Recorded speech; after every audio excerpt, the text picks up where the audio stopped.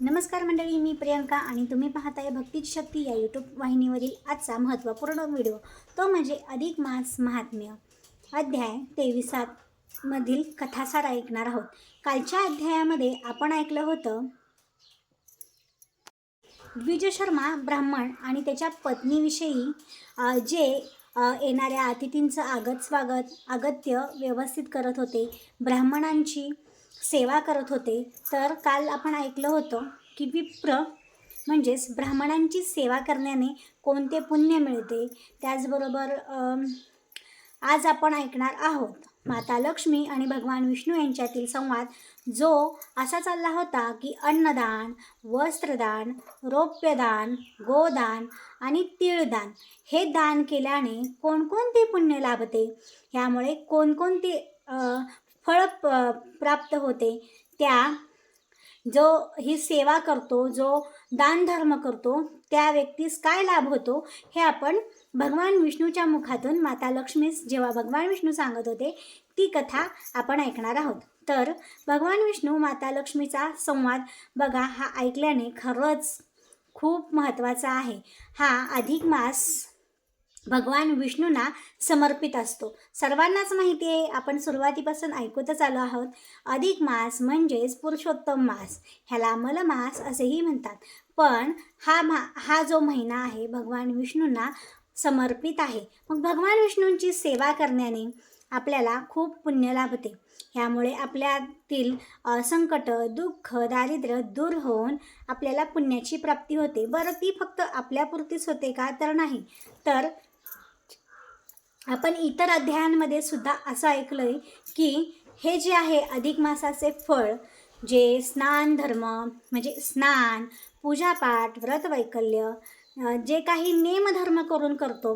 बघा, भगवान विष्णूने असंही सांगितलंय की ज्यांना गोदान म्हणजे गाईचं दान करायला जमत नाही, ज्यांना सुवर्ण दान करायला जमत नाही, चांदी दान करायला जमत नाही, भरपूर असं अन्नदान करायला जमत नाही, तर त्यांनी कशा प्रकारे हे व्रत करायचं आहे, म्हणजे हा महिना कसा घालवायचा आहे. तर बघा, ज्यांना अगदीच काहीच जमत नाही ना, त्यांनी नामस्मरण करावे, नामस्मरणामध्ये विलीन व्हावे. त्याचबरोबर नामस्मरण करत करत नामस्मरणसुद्धा करताना संकल्पयुक्त सेवा करायची आहे ह्या महिनाभर भगवान विष्णूंची.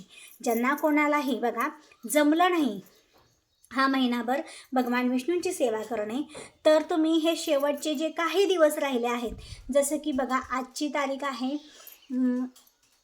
आज रविवार, आज सोमवार आहे, सॉरी. तर आज आहे 8 तारीख. तर आजच्या तारखेपासून म्हणजे 8 ते 15 तारखेपर्यंत म्हणजे आपल्याकडे पूर्ण आठवडा आहे. मग पूर्ण आठवड्याभरात तुम्ही खूप सेवा करू शकता. आणि असंही म्हटलं जातं, आपण अधिक मासाच्या कहाणींमध्ये, कथांमध्ये, महात्म्यामध्ये ऐकलं आहे की 1 दिवसाच्या सुद्धा व्रताच्या पुण्याईने मेधावतीला मोक्षप्राप्ती झाली होती. जी मेधावती बघा विधवा झाली होती, जिचा पद्मनाभला मगरीने खाल्लं होतं, तिच्यावर खूप शोकाकुळ आलं होतं, खूप तिला त्रास होत होता. म्हणजे तरुण वयातच पती जाणे म्हणजे किती दुःखद गोष्ट होती. मग त्या मेधावतीने कृष्णाचा, भगवान विष्णूचा, राधाकृष्णाची सेवा केली संपूर्ण दिवसभर. आणि संपूर्ण दिवसभर भगवान विष्णूची सेवा केली, नामस्मरण केलं, स्नान, दान, धर्म त्या संपूर्ण 1 दिवसात तिनं केलं आणि त्याचं तिला पुण्य मिळालं. ते पण माता पार्वती आणि भगवान शंकराच्या कडून. त्यांनी त्यांच्या क्षेत्री तिला घेऊन गेले आणि तिथे गेल्यावर पुन्हा भगवान विष्णूची तिची भेट झाली. तेव्हा भगवान विष्णूंनी स्वतः तिला गोलोकात घेऊन गेले. मग गोलोकात घेऊन गेला, तिचा तर उद्धार झालाच, पण माता पार्वतीला सुद्धा असे वाटले की ती स्त्री इतकी दिव्य आहे की तिच्या दर्शनाने सुद्धा, म्हणजे बघा विधवा स्त्री असूनही तिचं इतकं पुण्य झालं, 1 दिवसाचं व्रत करूनही की इतकं पुण्य झालं की तिला माता पार्वतीने सुद्धा तिला असं वरदान दिलं की सौभाग्यवती भव. म्हणजे तिच्याकडे जेव्हा एखादी स्त्री पाहिली, तिचं दर्शन मात्र घेतलं, तरीही त्या स्त्रीला सौभाग्य प्रदान होणार.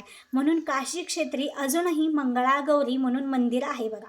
तर काशीतील मंगळागौरी ही कथा तुम्ही ऐकली नसेल तर अवश्य ऐका, म्हणजे विस्तार स्वरूपात तुम्हाला कळेलच. तर हेच आहे महात्म्य अधिक मासाचं. तुम्ही 1 दिवसाचं व्रत करा, आठवडाभराचं करा, 5 दिवसाचं करा, ज्याला पंचरात्र व्रत असे म्हणतात, ते सुद्धा करा. तुम्हाला अधिकाधिक पुण्य मिळणार आहे. बघा, उशीर झाला म्हणून तुम्ही चिंता करू नका. परत हा जो अधिक मास आहे ना 3 वर्षांनीच लोटणार आहे. तोपर्यंत तुम्हाला वाट पाहावी लागणार आहे. मग आपल्याला ह्या 3 वर्षात आपल्यासोबत कोणती घटना घडेल, काय घडेल हे आपल्या हातात आहे का? तर नाही. मग आपल्याला मोक्षाची प्राप्ती व्हावी, आपल्याकडून पुण्य काहीतरी घडावं, मग हे जर वाटत असेल तर नक्कीच तुम्ही हे नामस्मरण, कथा कीर्तन, पूजापाठ, व्रत वैकल्य ह्या आठवड्याभरात अवश्य करा. तर आठवडाभर आहेच आपल्याकडे. तर असू द्या, मी पुन्हा आणखीन एक व्हिडिओ घेऊन येईल पंचरात्र व्रत अधिक मासातील कसे करावे, तो नक्की पहा. त्यासाठी आपल्या चॅनलला सबस्क्राईब करा, व्हिडिओला एक लाईक अवश्य करा. त्याचबरोबर कमेंट बॉक्समध्ये ओम नमः भगवते वासुदेवाय नमः अवश्य लिहा. चला तर मग आता आपण अधिक मासातील जो कथासार आहे तो ऐकण्यासाठी तुम्ही इथे आला आहात, त्याची वाट पाहत आहात, तर ते आपण कथासार ऐकूया.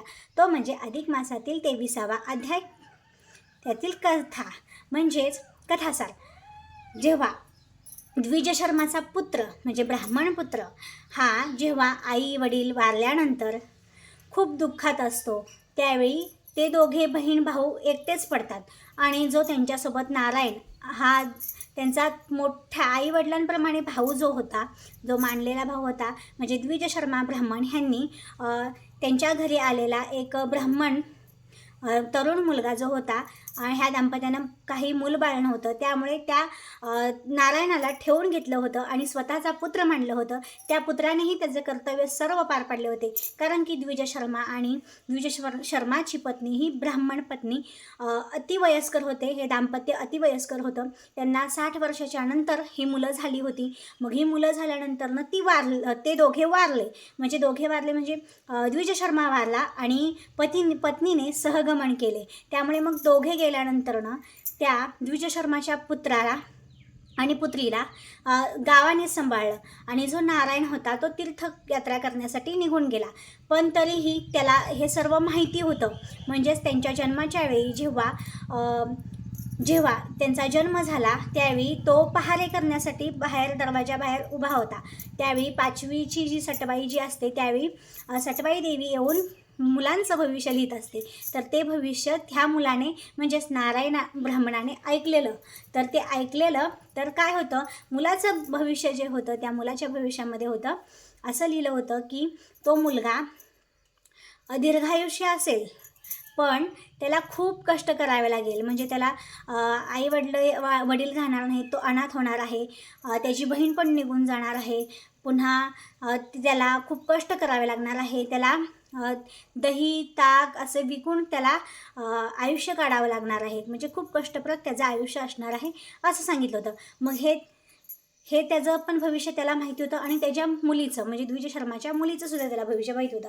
म्हणजेच असंच तो थांबला होता दरवाजावर पहारे करण्यासाठी. त्यावेळी मुलीची पण सटवाई देवी नशीब लिहिताना आलेली असते. त्यावेळी हा नारायण ब्राह्मण विचारतो की कन्येचे भविष्य काय आहे. त्यावेळी देवी सटवाई पण हे पण सांगते, कन्येचे भविष्यसुद्धा सांगते. तर कन्येचं भविष्य अतिशय वाईट होतं. तिला दीर्घायुषी होती, पण ती एक वेश्याबरोबर राहणार होती, ती वाया जाणार होती, असं तिचं भविष्य होतं. म्हणजे अगदीच वाईट तिचं भविष्य होतं. तर हे सगळं ऐकून नारायणाला तर दुःख फार झालं होतं. पण म्हणतात ना, विधिलिखित कधीच कोणी टाळू शकत नाही. म्हणून हा नारायण ब्राह्मण निघून गेलेला आणि ह्यांची जी काळजी घेत होते ते गावकरीच घेत होते. आणि एकमेकांचा सहारा घेत हे दोघं मुलं मोठी झाली व त्यांच्याकडे एक गाय होती. जी गायची गोसेवा हे दोघं करत होते. गोसेवा केलेल्याचे पुण्य ह्यांना मिळाले. म्हणजे रोज सकाळी उठणे, गाईला चारा घालणे, गाईला धुणे, परत गाईची गोमातेची पूजा करणे, हे सर्व हे दोघं सेवा करत. त्याचबरोबर गाईपासून दूध येत होतं. त्या दुधाचं दही बनवून ताक बनवून तो मुलगा विकून त्याच्यावर त्यांचा उदरनिर्वाह चालू होता. दोघंही बहीण भाऊ अगदी गुण्यागोविंदाने राहत होते. पण बहीण एके दिवशी नदीवर गेलेली पाणी भरण्यासाठी. त्यावेळी मात्र तिथे एक वेश्या येते आणि वेश्या ही ताफ्यासोबत येते तिच्या. तर त्या वेश्येचे त्या ब्राह्मण कन्येवर लक्ष जातं आणि ती तिला मोहित होते आणि तिला असं म्हणजे तिला हे दाखवते, वस्त्र सुवर्ण, असं तिला मोहमायेत अडकवते. मी तुला एवढं काय काय देईल असं तसं म्हणून त्या कन्येला ती घेऊन जाते तिच्यासोबत, एवढं तिला आमिष दाखवून. तर हे सगळं घडत असताना गावकरी पाहत होते, पण गावकरी काहीच बोलत नाहीत. मग हा जो ब्राह्मणपुत्र असतो तो खूप खूप दुःखी होतो, खूप कष्टी होतो. आई वडील गेले, आता मी कसं राहणार वगैरे. मग नारायणाला तर चिंता लागलीच होती, म्हणून नारायण काय करतो, तो येतो. त्यावेळी त्याला ही सगळी घडलेली घटना ऐकून फार दुःख होते. मग नारायण त्याला विचारतो, ब्राह्मणपुत्राला.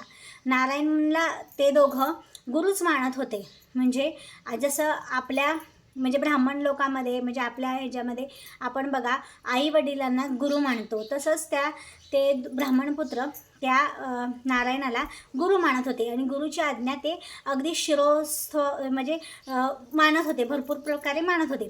म्हणजे अगदी जीव गेला तरी बेहतर पण गुरुची आज्ञा मानणे असा तो ब्राह्मणपुत्र होता. मग त्या ब्राह्मणपुत्राने त्या नारायणाची आज्ञा अगदीच पाळत होता. म्हणजे नारायणाने विचारलं की तुझ्याकडे काय आहे, इतका दुःखी कष्टी होतोयस, तू इतके दिवस काय कमवलंस की नाहीस. तर मग त्यावेळी तो ब्राह्मणपुत्र म्हणतो, मी दही दूध ताक करून जे विकत होतो त्याच्यावर आमचा उदरनिर्वाह चालू होता, पण त्यातूनही मी काही 10 चांदीची नाणी साठवलेली आहेत आणि एक गायच आहे माझ्याकडे, जर तिच्यावरच माझा उदरनिर्वाह चालू आहे. त्यावेळी नारायण म्हणतो, तू ह्या मोहमायेत अडकूच नको, तू जे काय आहे तुझ्याकडे ते सगळं तू एका सत्पात्री ब्राह्मणाला दान करून टाक असं सांगतो. त्यावेळी मग तो लगेच जो ब्राह्मणपुत्र असतो तो लगेच ऐकतो. तो लगेच दुसऱ्या दिवशी स्नान वगैरे करतो, संकल्पयुक्त सेवा करतो, कारण की अधिक मास सुरू झालेला असतो. मग अधिक मासाचं पुण्य त्याला मिळतं. तर कसं मिळतं, तर तो स्नान करतो आणि ब्राह्मणाला भोजन वगैरे देतो आणि त्याच्याकडे असलेली जी चांदीची नाणी आणि जी एकुलती एक गाय होती ती सुद्धा तो दान करून टाकतो. म्हणजे तो स्वतः त्याच्यावर उदरनिर्वाह चालू होता, दुसरा सहाराच नव्हता, ते सुद्धा तो देऊन टाकतो. हे पाहून ब्रह्मदेव म्हणजे ब्रह्मदेव, महेश आणि भगवान विष्णू महेश्वर अगदी प्रसन्न होतात. म्हणतात ह्याने लगेच गुरुची आज्ञा मांडली आणि गुरुची आज्ञा मांडली. मग त्यांना असं वाटायला लागलं की हां एकच असल्यामुळे त्यांना दिलं असेल असं तसं त्यांना वाटायला लागलं. मग त्यांची आपापसात चर्चा वगैरे होते. मग ब्रह्मदेव एका माणसाचं मनुष्याचं रूप घेऊन येतात आणि 10 गायी आणि सुवर्ण राणी वगैरे घेऊन येतात आणि ती ब्राह्मणपुत्राला देतात आणि म्हणतात की तुझ्याच वडिलांनी माझ्याकडे ठेवायला दिलं होतं, मग त्यांच्या माघारी तुला दे म्हणून सांगितलं होतं असे म्हणून तो त्या ब्राह्मणपुत्राला देऊन जातो. मग ब्राह्मणपुत्र विचार करतो, मी आजच एक गाय होती ती दान केली की लगेच 10 गायी 10 सुवर्ण नाणी आली, म्हणजे जे दिलं त्याच्यापेक्षा 10 ते 12 पटीने मला मिळालं. मग हे तो नारायणाला सगळं सविस्तर सांगतो.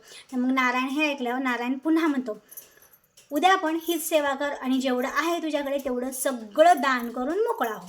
मग तो तसंच करतो. त्याच्याकडे स्नान दान अन्नदान वगैरे सगळं करून एका सत्पात्री ब्राह्मणाला सर्व जेवढी त्याच्याकडे 10 गायी 10 सोन्याची नाणी वगैरे आहेत ते सगळी दान करून टाकतो आणि स्वतः मोकळा होतो. तर वरती स्वर्गलोकात हे पाहून ब्रह्मदेव, भगवान विष्णू आणि महेश्वर म्हणजे महादेव अगदी आश्चर्यचकित होतात. म्हणजे ह्याला मोहच राहिला नाही कशाचा, ह्याने हे पण दान करून टाकलं.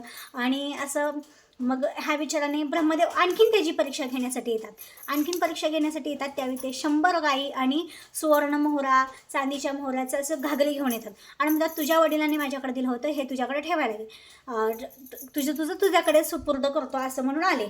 पण हे दिल्यानंतर तिसऱ्या दिवशी सुद्धा नारायणाला हे सगळं सांगितल्यावर नारायण पुन्हा म्हणतो, हे सर्व तू दान कर, म्हणजे तू ह्या कुठल्याच मोहात अडकू नको. 100 गायीसुद्धा त्याने दानच करून टाकल्या.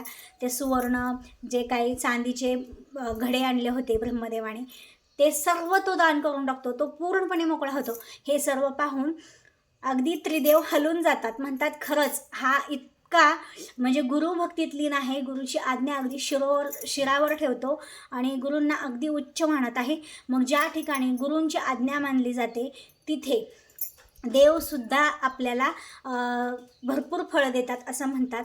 तर मग मग तिन्ही देव त्याच्यावरती प्रसन्न होतात आणि त्याला वर मागायला लावतात. त्यावेळी तो म्हणतो मला मोक्षप्राप्ती हवी आहे, कारण की माझं जे काही होतं ते सगळं मला आता ह्या मोहमायेत राहायचंच नाही. मला जे काही आहे ती माझी आता इथून पुढे मला दिव्य रूप प्राप्त करून द्या असं तो वरदान मागतो आणि मला तुमच्या चरणी विसावा असू द्या असं म्हणून सांगतो. मग तात्काळ मग ब्रह्मदेव आणि भगवान विष्णू विमान पाठवतात वैकुंठातून आणि त्या वैकुंठातून विमान आलेल्या विमानात तो बसून दिव्यरूप होऊन तो प्रस्थान करतो. तर अशा प्रकारे गोदान, सुवर्णदान, रौप्यदान, अन्नदान आणि तिळदान करण्याचे महापुण्य आहे.